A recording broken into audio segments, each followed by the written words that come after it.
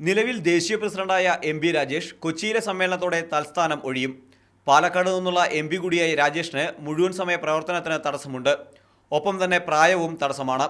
രാജേഷിന് പകരം മഹാരാഷ്ട്രയിൽ നിന്നുള്ള പ്രീതി ശേഖർ പുതിയ പ്രസിഡന്റാകും. നേതൃത്വത്തിലേക്ക് വനിതകളെ കൊണ്ടുവരണമെന്ന ആവശ്യം ശക്തമായതും ഹിന്ദി മേഖലയ്ക്ക് കൂടുതൽ പ്രാധാന്യം നൽകണമെന്നതും നിലവിലെ ദേശീയ വൈസ് പ്രസിഡന്റ് കൂടിയായ പ്രീതിക്ക് അനുകൂല ഘടകങ്ങളാണ്. പ്രസിഡന്റ് സ്ഥാനത്തെത്തിയാൽ ഡിവൈഎഫ്ഐയുടെ ചരിത്രത്തിലെ ആദ്യ വനിതാ ദേശീയ പ്രസിഡന്റാകും പ്രീതി ശേഖർ. അതേസമയം ജനറൽ സെക്രട്ടറിയായി അവോയ് മുഖർജി തന്നെ തുടർന്നേക്കും.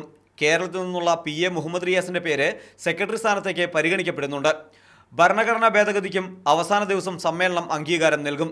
ഘടകങ്ങളിൽ വനിതാ പ്രാതിനിധ്യം 20% ഉയർത്തുക എന്നതാണ് ഭേദഗതിയിൽ ഏറ്റവും പ്രധാനം.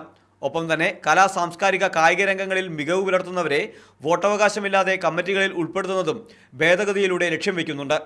വനിതാ പ്രാതിനിധ്യം ഉയർത്തുന്നത് ലക്ഷ്യമിട്ടുള്ള ഭേദഗതി വരുന്നതിനാൽ നിലവിലെ കേന്ദ്ര കമ്മിറ്റിയിലെ അംഗസംഖ്യയിലും മാറ്റം വരും. സനൂപ് ശശിധരൻ, മീഡിയ 1, കൊച്ചി.